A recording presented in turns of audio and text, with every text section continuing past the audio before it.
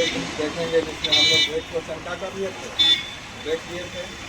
दूसरा क्वेश्चन कह रहा है कि निम्नलिखित में से प्रत्येक में एक्स स्क्वायर का गुणांक लिखिए। तो एक्स स्क्वायर का गुणांक लिखना हम पहले की क्लास में थ्योरी में क्या कर चुके थे, बता चुके थे। चलिए यहाँ पे क्वेश्चन दिया है, एक नंबर देखिए दिया है 2 + x² + x। तो हमसे क्या पूछा है, एक्स स्क्वायर का गुणांक पूछा है ना, एक्स स्क्वायर का गुणांक।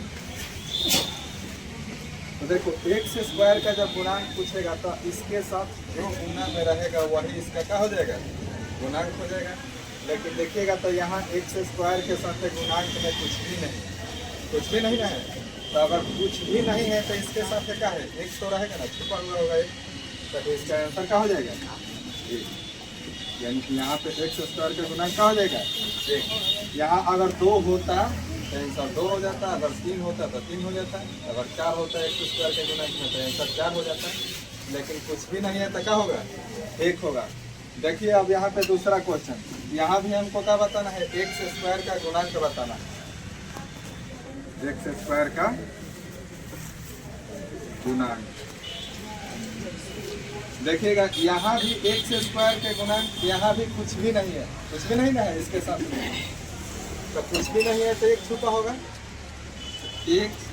लेकिन यहाँ पे देखिए माइनस में है, माइनस में है ना, तो अब आंसर क्या होगा, माइनस में होगा। बात सब लोग समझ रहे हैं ना। यहाँ प्लस में था तो आंसर देखिए प्लस में, अगर इसके साथ कुछ भी चिन्ह नहीं लगा है तो प्लस का चिन्ह छुपा हुआ है। यहाँ माइनस के चिन्ह दिखाई दे रहा है तो यहाँ माइनस के चिन्ह लगाना जरूरी है। बात समझ रहे हैं। तीसरा देखिए, यहाँ भी आपसे क्या पूछा है, एक्स स्क्वायर का गुणांक, यानी इन सभी क्वेश्चन में हम लोग से एक्स स्क्वायर का गुणांक पूछा है। देखिए एक्स स्क्वायर का गुणांक। तो देखिए यहाँ एक्स स्क्वायर के गुणांक के साथ देखिए क्या है, π/2,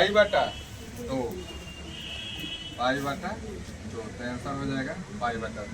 अभी जैसे थोड़ा सा समझ लीजिए, जैसे एक्स स्क्वायर अगर इसके साथ 5 लगा हो, 6x स्क्वायर चाहे πx स्क्वायर, तो एक्स स्क्वायर के खाली गुणांक पूछा था, इसके साथ देखिए क्या है, 5 का 5 हो जाएगा इसके साथ, 6 तो 6 इसके साथ पाई है तो क्या हो जाएगा, पाई।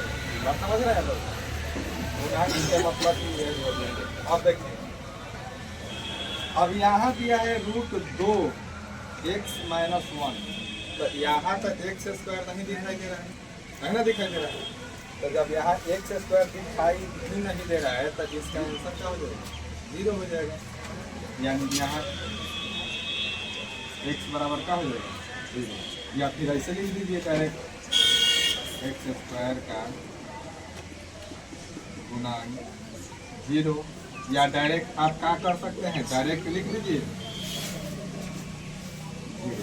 क्यों, क्योंकि यहाँ पे एक्स स्क्वायर इस क्वेश्चन में आपको दिखाई नहीं दे रहा है। हमसे पूछा क्या है, एक्स स्क्वायर पूछा है, तो एक्स स्क्वायर दिया रहा था तब हम बताते हैं कि इसके साथ अगर इसी को अगर लगा देता है, यहाँ पे एक्स स्क्वायर लगा देता है, तब इसका आंसर क्या हो जाता है, √2, क्योंकि √2 इसके साथ गुना में था, है ना। बताइए सब लोग समझ गए। चलिए तो इसको क्या कर लीजिए, अच्छा से उतार लीजिए। जिसको भी नहीं समझ में आया है आप पूछ सकते हैं, हम यहाँ पे खड़ा हैं बताने के लिए। समझाएंगे।